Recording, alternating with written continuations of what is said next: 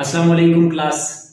आज से हम एक नया चैप्टर शुरू करने वाले हैं जिसका नाम है animal form and functions. Animal form and function में सबसे पहला जो हमारा टॉपिक है वो है इंटरगोमेंट्री सिस्टम। इंटरगोमेंट्री सिस्टम में हम सारा सब पढ़ेंगे कि इंटरगोमेंट्री सिस्टम होता क्या है। उसके बाद इंटरगोमेंट्री सिस्टम जो है वो यूनिसेलुलर में कैसे होता है, मल्टीसेलुलर में फिर वर्टिब्रेट्स और इनवर्टिब्रेट्स, ये सारा हम इंशाल्लाह डिटेल से पढ़ेंगे।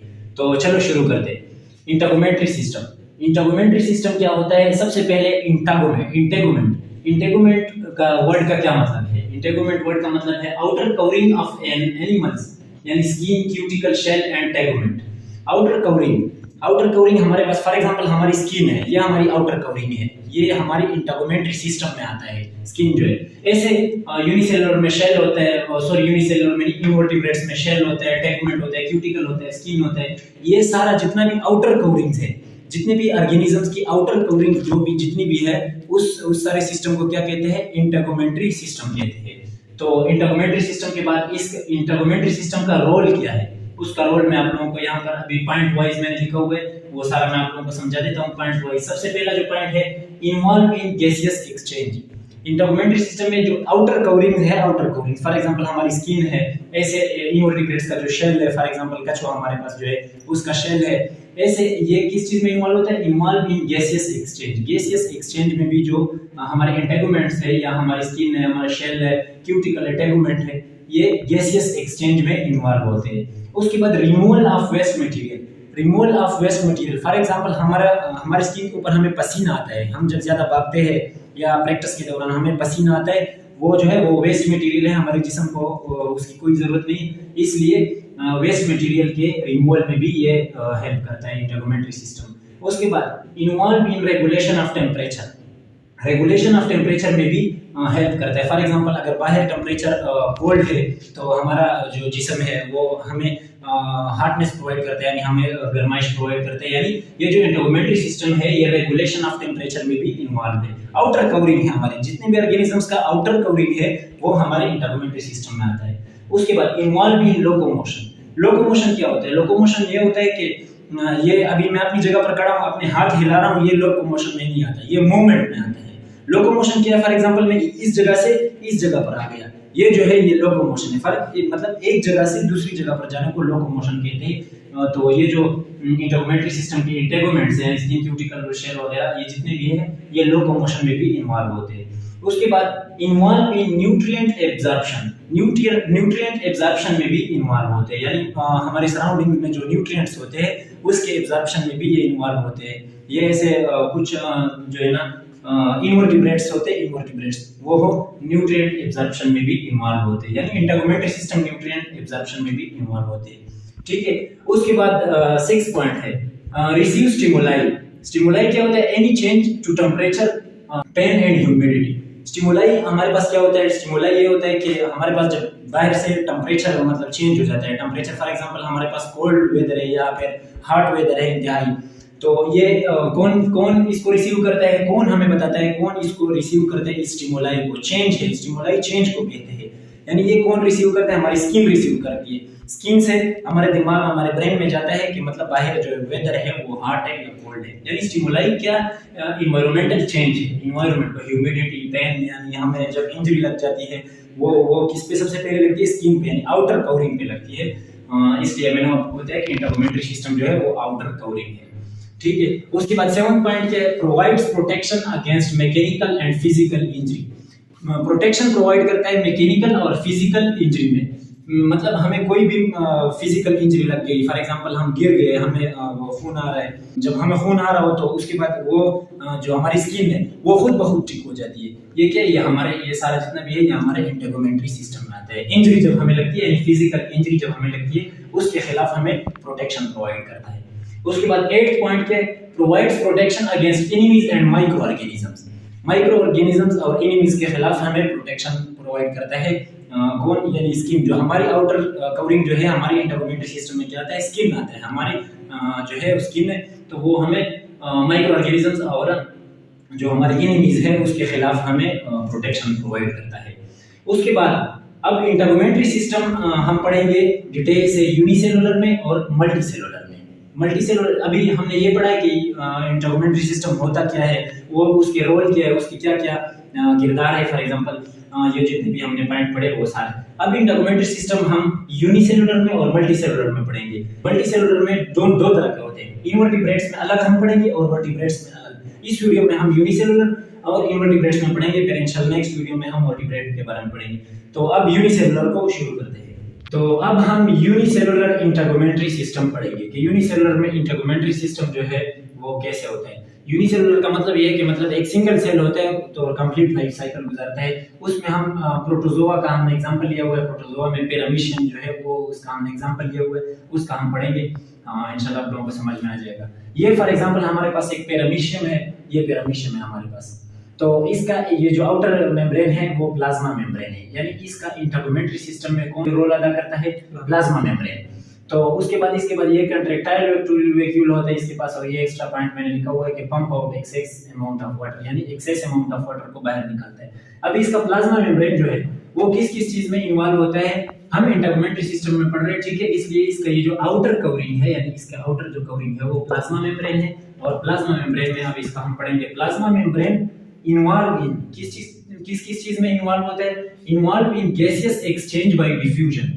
यानी ये जो पैरामीशियम का जो प्लाज्मा मेम्ब्रेन है वो गैसियस एक्सचेंज किस चीज से करता है, डिफ्यूजन से करता है। मैंने इससे लास्ट वीडियो में मैंने सेलुलर ट्रांसपोर्ट पूरी कंप्लीट वीडियो मैंने इसके बारे में दी हुई है कि डिफ्यूजन क्या होता है, यानी जो फ्रॉम हायर कंसंट्रेशन से लोअर कंसंट्रेशन की तरफ जो चीज जा रही होती है उसको हम डिफ्यूजन कहते हैं। यानी इसका जो गैसियस एक्सचेंज है पैरामीशियम का, ये यूनिसेलुलर इंटरगोमेंट्री सिस्टम हम पढ़ रहे हैं, इसका जो गैसियस एक्सचेंज है वो किस चीज से करता है, डिफ्यूजन के जरिए से करता है। सेकंड पॉइंट क्या है, involve in absorption of soluble nutrient, यानी इसके पास जो सॉल्युबल न्यूट्रिएंट होता है, यानी वो न्यूट्रिएंट जो सॉल्युबल हो यानी उसकी एब्जॉर्प्शन में भी हेल्प करता है। प्लाज्मा मेम्ब्रेन जो है पैरामीशियम के लिए न्यूट्रिएंट एब्जॉर्प्शन भी करता है। थर्ड पॉइंट क्या है, involve in removal of waste by osmosis. अब पैरामीशियम में जो वेस्ट मटेरियल होते हैं जिसका पैरामीशियम को कोई जरूरत नहीं होती, वो भी कौन निकालता है, प्लाज्मा मेम्ब्रेन के जरिए से निकलता है, इंटरगोमेंट्री सिस्टम्स के जरिए से निकलता है, प्लाज्मा मेम्ब्रेन के जरिए से। और किस चीज के, कौन से प्रोसेस से, ऑस्मोसिस से। ऑस्मोसिस क्या है, ऑस्मोसिस मैंने पिछली वीडियो में बताया हुआ है कि osmosis the movement of water from higher potential to lower potential is called osmosis, ठीक है। वेस्ट को ऑस्मोसिस के जरिए से पैरामीशियम बाहर निकालता है और प्लाज्मा मेम्ब्रेन से, ठीक है। उसके बाद इसके पास एक और outer covering, extra outer covering होती है जिसको क्या कहते हैं, पेलिकल कहते हैं। ये जो है ये इसका हो गया प्लाज्मा मेम्ब्रेन, ठीक है। और इसके प्लाज्मा मेम्ब्रेन के एक्स्ट्रा आउटर कवरिंग होती है उसको क्या कहते हैं, पेलिकल। ये भी हमारे पास इसके इंटरगोमेंट्री सिस्टम में आता है। पेलिकल का क्या काम, पेलिकल किस चीज से बना होता है, थिक प्रोटीन कोट होता है, प्रोटीन कोट होता है, ठीक है, थिक प्रोटीन कोट होता है ये पेलिकल। ये एक्स्ट्रा आउटर कवरिंग है, प्लाज्मा मेम्ब्रेन के बाहर होता है। और उसका क्या काम होता है, provide protection against danger environment through cilia. ये जो पेलिकल है इसके ऊपर ऐसे दागानुमा यानी ऐसे सीलिया होते हैं, सीलिया, ठीक है। और ये सीलिया किस चीज के, ये जो पेलिकल है ये क्या काम देता है, डेंजर एनवायरनमेंट के खिलाफ इसको प्रोटेक्शन देता है थ्रू सीलिया, ठीक है। सीलिया के जरिए से डेंजर एनवायरनमेंट के खिलाफ इसको प्रोटेक्शन देता है। तो ये हमने यूनिसेलुलर में इंटरगोमेंट्री सिस्टम जो था वो हमने पढ़ लिया, यानी यूनिसेलुलर में जो इंटरगोमेंट्री सिस्टम होता है वो प्लाज्मा मेम्ब्रेन के जरिए होता है। अब जो है हम यहाँ पर ये मैंने आप लोगों को सीरीज दिखाया हुआ था कि हम सीरीज के साथ चलेंगे, इनवर्टिब्रेट्स करेंगे। अब इनवर्टिब्रेट्स में हमारे पास इंटरगोमेंट्री सिस्टम क्या होता है और फिर नेक्स्ट वीडियो में हम वर्टिब्रेट्स का करेंगे। अब इनवर्टिब्रेट्स इंटरगोमेंट्री सिस्टम, इनवर्टिब्रेट का इंटरगोमेंट्री सिस्टम जो है वो they are system composed of ये जो चार आउट कवरिंग्स हैं, यानी स्किन, क्यूटिकल, शेल और टेगुमेंट। ये जो चार आउटर कवरिंग है इस पे मुश्तमिल होता है किस चीज का, इनवर्टिब्रेट्स का इंटरगोमेंट्री सिस्टम इन चार आउटर कवरिंग्स पर मुश्तमिल होता है। अब इसमें हम एक एक करके पढ़ेंगे कि स्किन क्या होता है, क्यूटिकल क्या होता है, शेल क्या होता है और टेगुमेंट क्या होता है। स्किन जो है वो कंपोज्ड ऑफ मेनी लेयर्स, ज्यादा लेयर्स इसके पास होता है, यानी ज्यादा लेयर्स पर मुश्तमिल होता है। सबसे पहली जो इसके पास जो लेयर है वो है एपिडर्मिस। एपिडर्मिस क्या है, outer most layer of skin, यानी जो ये हमारी स्किन है इसकी जो आउटर मोस्ट लेयर है, जो सबसे मतलब ये जो जिसको हम टच कर रहे हैं, इस लेयर को क्या कहते हैं, एपिडर्मिस कहते हैं। उसके बाद basement membrane, epidermis rest on basement membrane. इसके एग्जैक्ट नीचे, यानी जिस वो स्किन का ये हिस्सा ऊपर वाला एपिडर्मिस हो गया, इसके एग्जैक्ट नीचे इसको क्या कहते हैं, बेसमेंट मेम्ब्रेन कहते हैं। यानी ये जिसके ऊपर एपिडर्मिस होता है उसको बेसमेंट मेम्ब्रेन कहते हैं।